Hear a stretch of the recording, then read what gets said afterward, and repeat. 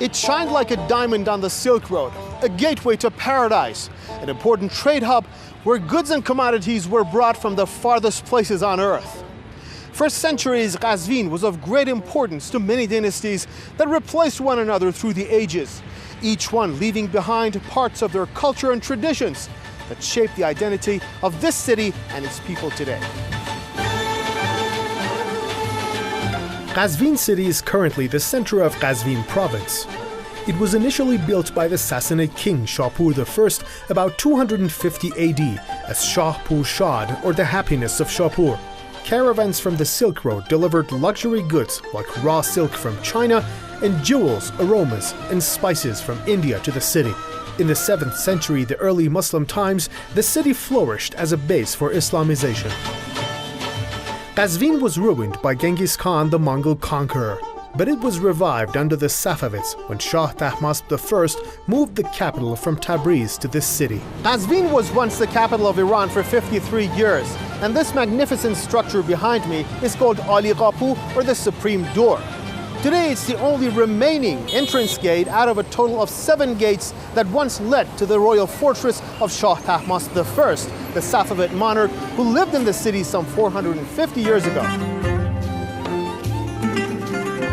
Iran's first official street, called Sepah, registered in 1928, leads to the Ali Qapu gate. Projecting an image that strongly relied on beliefs in Shia Islam and noble Persian identity was what the Safavids valued most. And such an approach was clearly evident in their architecture. Qazvin is like a museum that narrates the story of one of Iran's most important cities throughout history. In my visit to this remarkable city, I decided to visit a place where once many social interactions took place.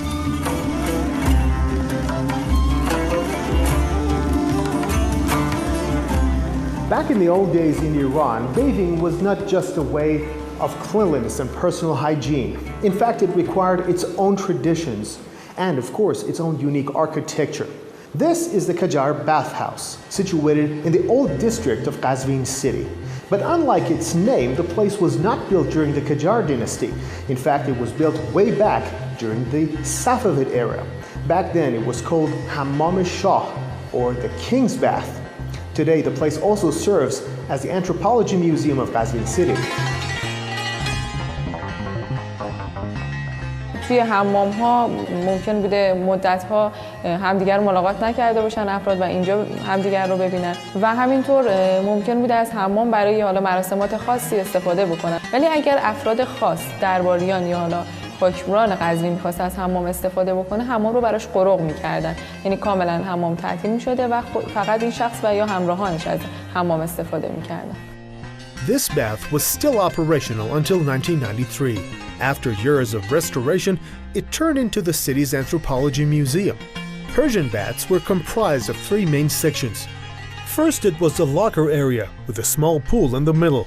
Second was the middle hall, where the air and temperature changed to adapt bathers with the climate.